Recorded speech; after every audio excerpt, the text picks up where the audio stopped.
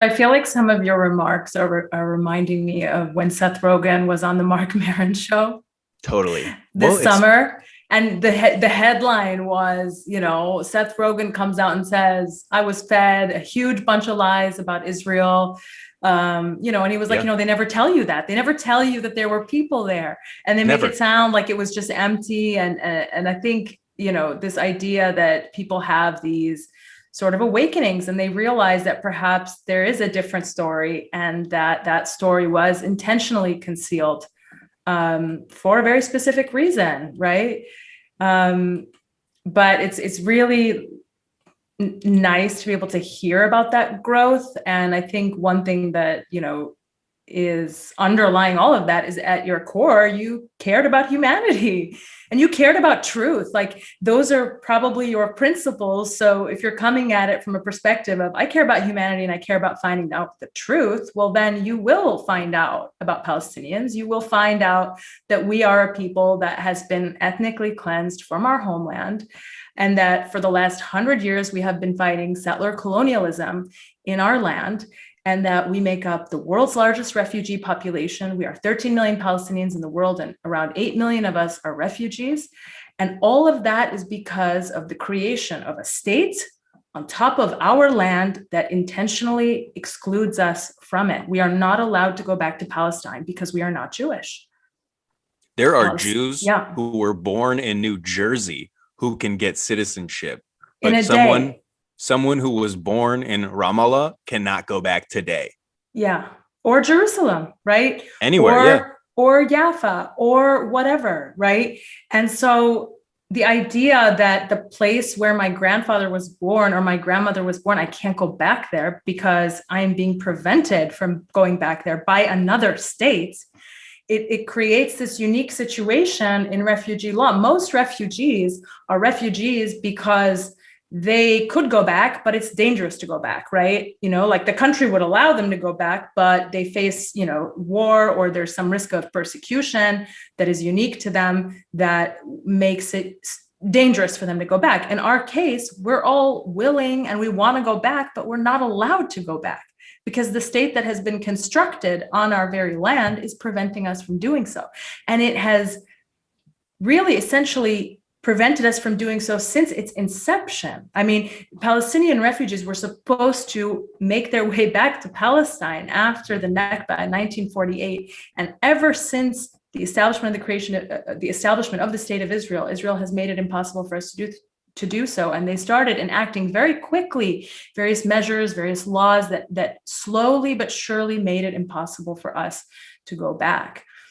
And this extended beyond the territory of just Israel proper. We also, Palestinians who were made refugees from the areas which were occupied in 1967, the West Bank and Gaza, and were expelled from those territories, also can't go back to those territories.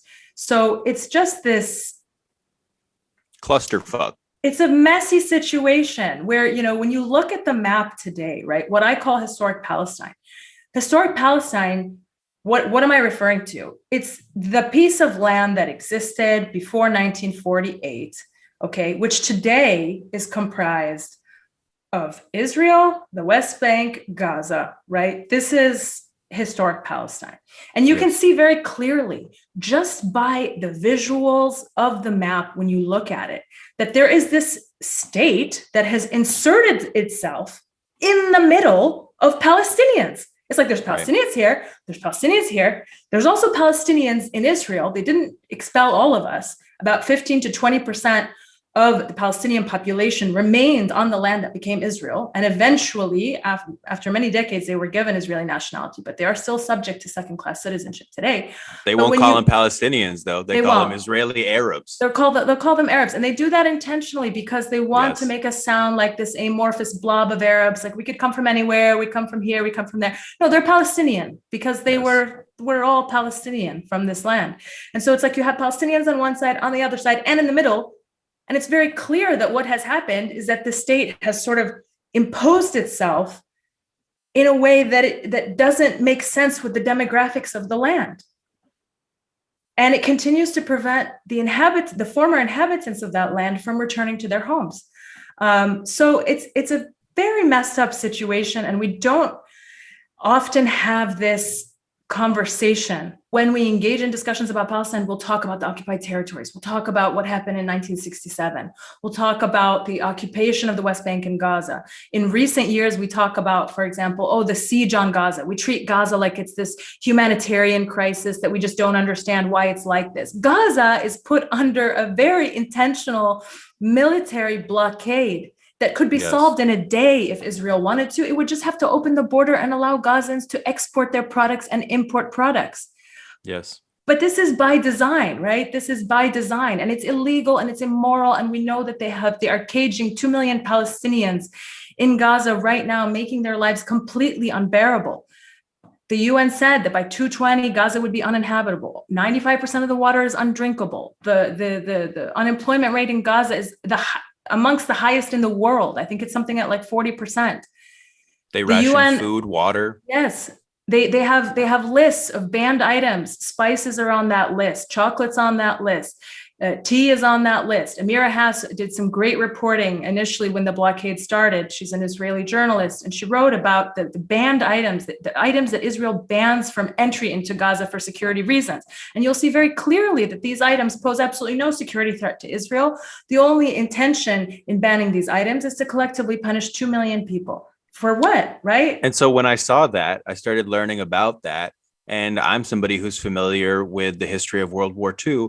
It started to seem very similar to what had happened in the Warsaw Ghetto, right? Where Jews were compacted into a dense space, forced to live in terrible conditions, rationed food and water, medicine, etc. And I was like, oh my God, that is happening right now. The same thing is happening right now. And so I went from being somebody who was just, outspoken and showing up to protest and donating, to somebody who started causing a ruckus. Right. Somebody who was every day waking up, seeing how the Palestinians were being harmed by the Israeli apartheid regime and trying to make a dent in it, trying to at least expose it or provide some type of comfort to some people who were harmed by it. Yeah. And I mean, at the end of the day, what's the goal, right? The goal is equal rights. It's so simple. It could not be more simple. The goal is for equal rights for Palestinians on their land. The goal is not to kick out Israeli Jews and make everyone go back to, Europe or where their grandparents came from. This is not the goal. The goal is not. They always say, if I may, I'm sorry to interrupt you. Yeah, they always say, all the Jews will end up in the sea. And it's like, where are all the Palestinians? Look around you, right? They live amongst you. The ones that are there are being treated terribly. The ones that are not there, the millions that are not there, were kicked out. Yeah. The thing that you're afraid of. Right. You already did it to us. Exactly. They always say, they're going to wipe Israel off the map. And it's like, that's what you literally did to us. And that's why there's 8 million Palestinian refugees in the world. And it's like we're being gaslit. 100%. It's like we're being gaslit. Like, we can't even speak about our experience. We can't even say, hi, this happened to me, Yep. And I think for me, that's really the impetus in having these conversations. It's like, we need to create this space, and the more spaces that there are, the better. There's a lot of other people doing podcasts. There's a lot of people, obviously, on YouTube and speaking out, and I encourage all of it, because the more spaces that we have memorializing Palestinian stories and experiences, the better, because we're creating a public record, right? Yes. The generation of Palestinians who survived the Nakba now are, very old. And it's important for us to do our part to essentially capture their stories and their legacies. We have a duty to document it for the future. Yeah, absolutely. In the same way that I'm able to watch footage of Jews who survived concentration camps, it is important for Palestinians to be able to watch footage of Palestinians who survived the Nakba. Yes. That and displacement thereafter, because the idea is the Nakba is not this singular event that happened in 1948 only. No, it's never stopped. Exactly. We are living an ongoing Nakba. And for those of you that don't know, the Nakba is an Arabic word for catastrophe. And it really refers to the ongoing, continued expulsion, displacement, dispossession of Palestinians from their homes. And it is continuing until this day. I mean, it seems like every day I open, my browser and I see a new article about Palestinian families that had their houses demolished in East Jerusalem because the Israeli army came by today and expelled an additional dozen families or so. I mean, it's And ongoing. then on top of that, there are settlements that were approved, right? Absolutely. So they demolish the house and then build 900 new settlements. You know what I mean? It's like on Palestinian land.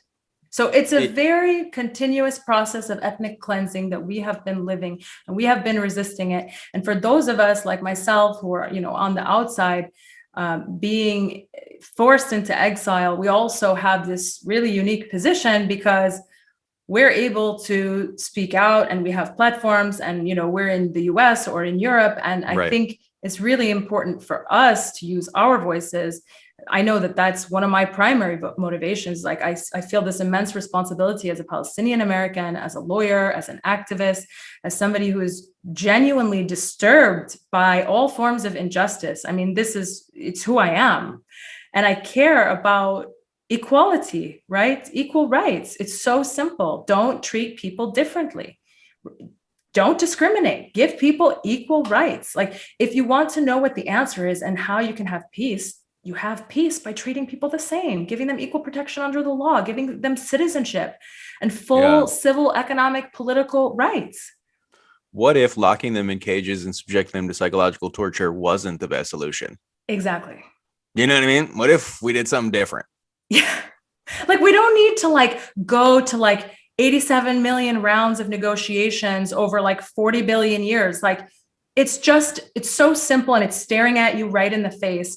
And, like the end of apartheid, I mean, these things get to a boiling point. They get to a point where, the point of no return, where at some point it just becomes so unsustainable to continue to say that everything is fine, no problem, keep it moving, no problems here. And, it gets to a point where you just have to make a change. Palestine Pod. Palestine Pod. Sit back and relax. Palestine Pod. Expand your mind. Palestine Pod.